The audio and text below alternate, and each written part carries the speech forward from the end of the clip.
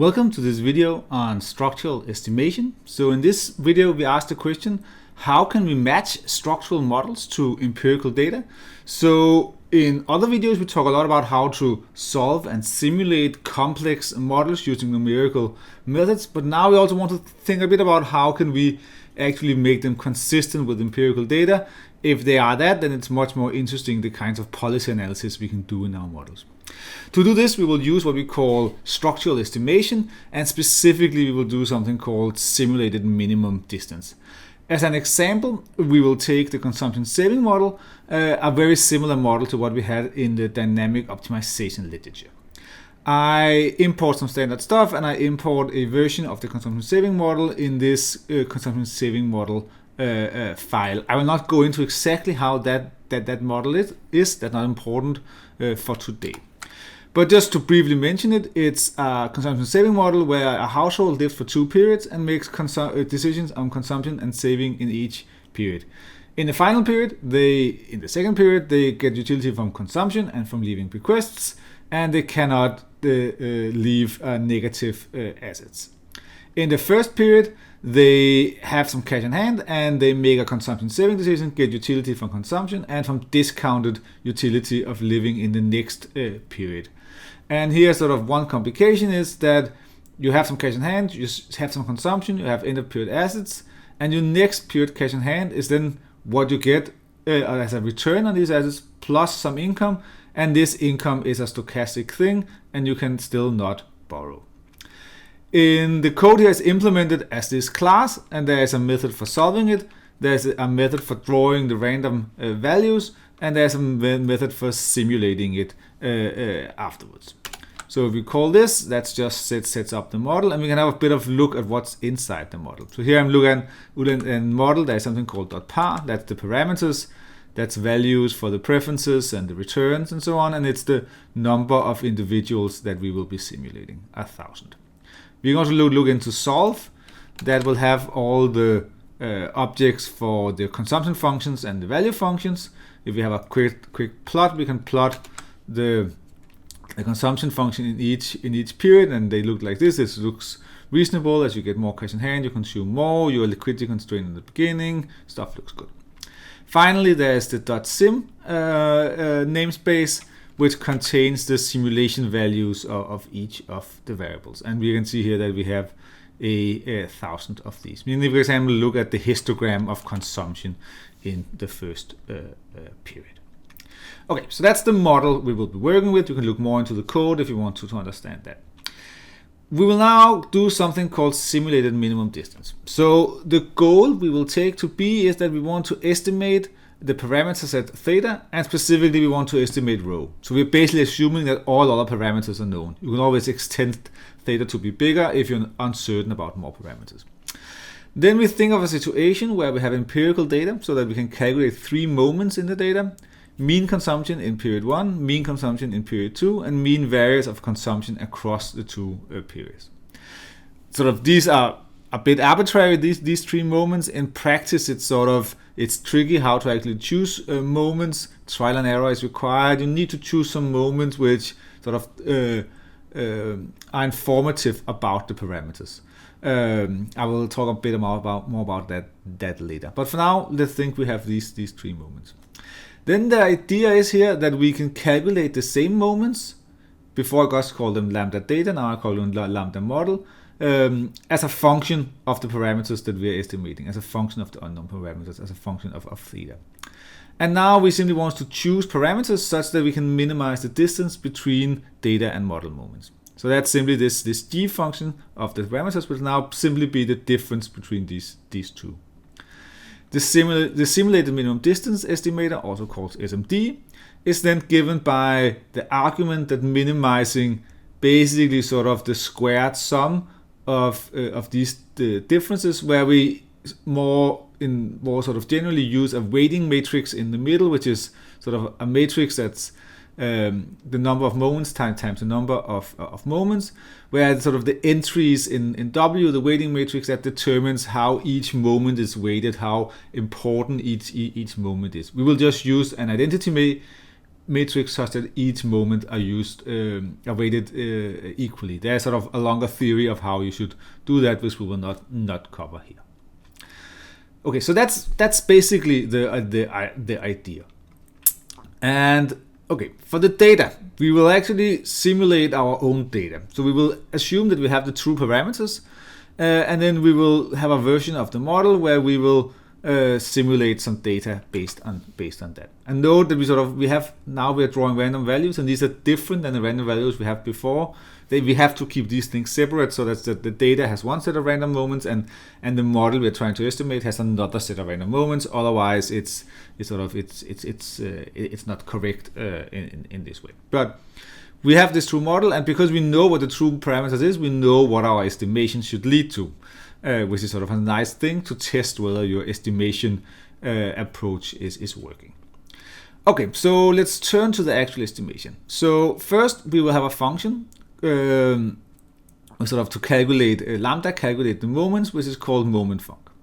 And the moment func, that simply takes in the model, and then it takes in our simulation, and then it calculates the 3 moments, the means of consumption in each period, and the variance of the consumption across the periods.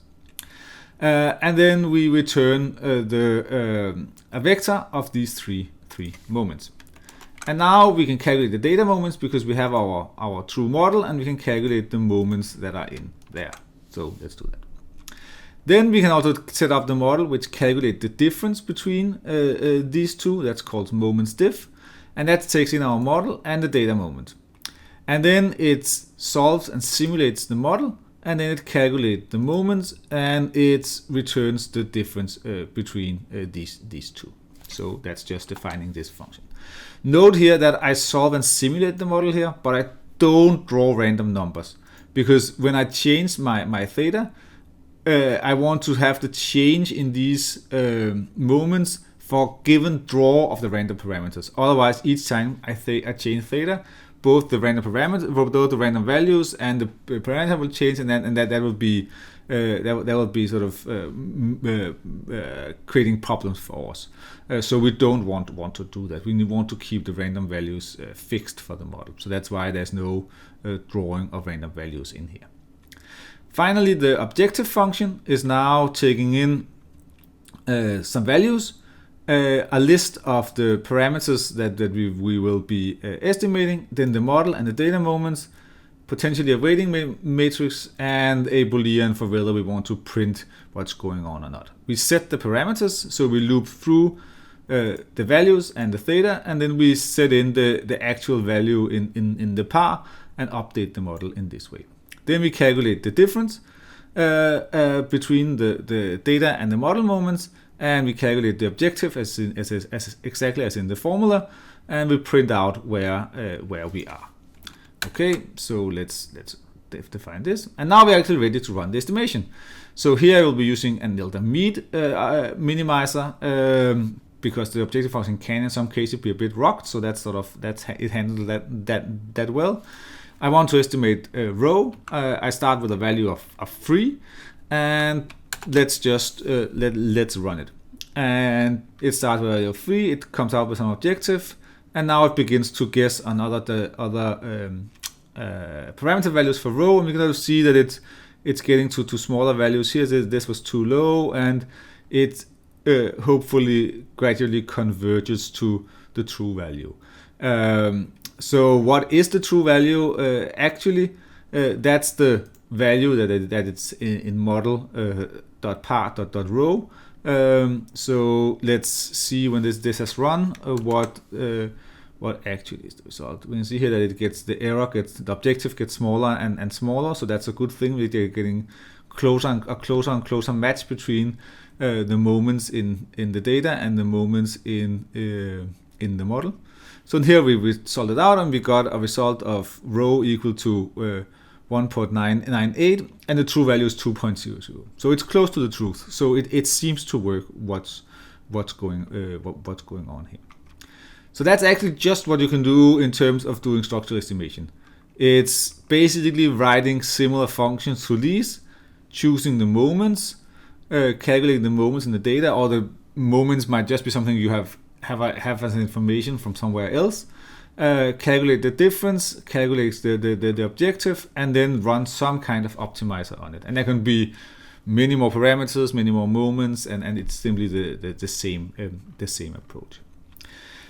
It's always a good idea when something like this is run, sort of understand a bit more about why does it end up here. So here I'm just taking 20 values of row between 0.5 and 4, and then I'm evaluating the objective function for each of these values to see how does it look like. And we sort of see this, that then we have a very low value, we have a very large objective, then the objective gets smaller, and then at some point it gets bigger again. And it's good sort of to see how that looks. That gives you sort of some intuition for what's going on.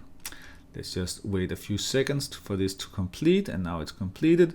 And you sort of have that the profile of the objective function here is that the objective function has this nice, actually rather smooth behavior here.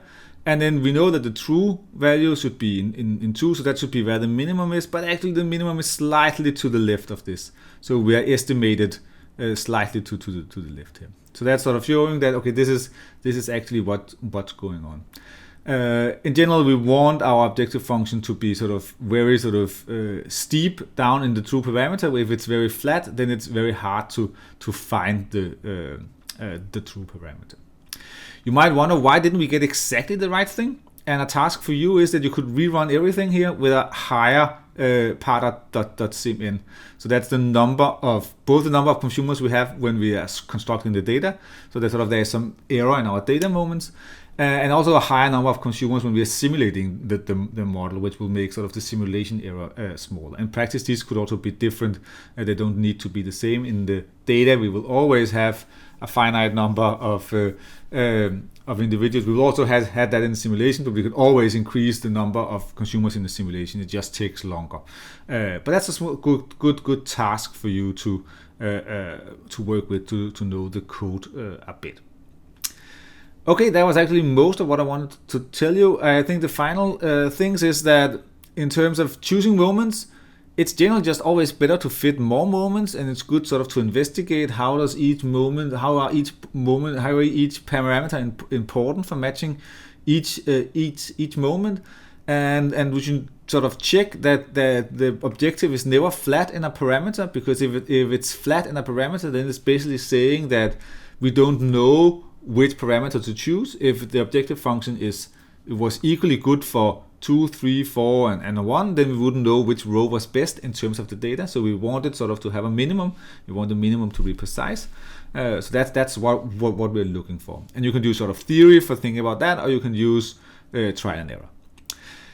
I'm calling this an estimation, but I haven't discussed standard errors of the estimates in any way. They can be calculated based on the derivatives of the objective function, but I will not cover that here. That is covered, for example, in the household behavior over the life cycle course. So if you want more of that could be a place to look. Thank you.